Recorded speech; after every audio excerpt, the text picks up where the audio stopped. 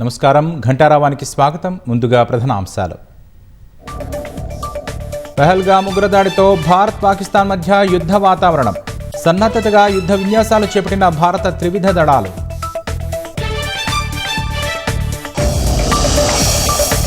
రాష్ట్రాల సీఎంలతో మాట్లాడిన కేంద్ర హోంమంత్రి అమిత్ షా. వెంటనే పాక్ పౌరులను గుర్తించి వెనక్కి పంపాలని ఆదేశం.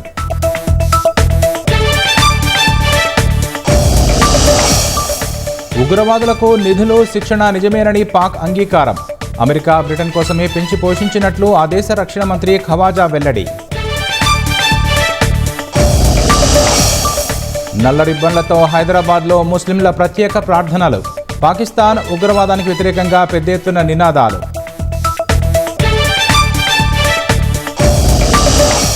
ప్రపంచ శాంతికి భారత సమిట్ దోహదపడుతుందన్న రాష్ట్ర ప్రభుత్వం.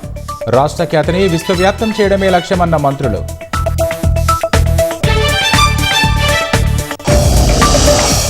ఎన్డీఎస్ఏ నివేదికపై చర్చించి చర్యలు తీసుకుంటామన్న మంత్రి ఉత్తమ్.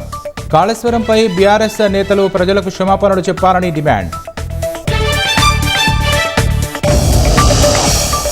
హైదరాబాద్ స్థానిక సంస్థల ఎమ్మెల్సీ ఎన్నికల్లో ఎంఐఎం విజయం.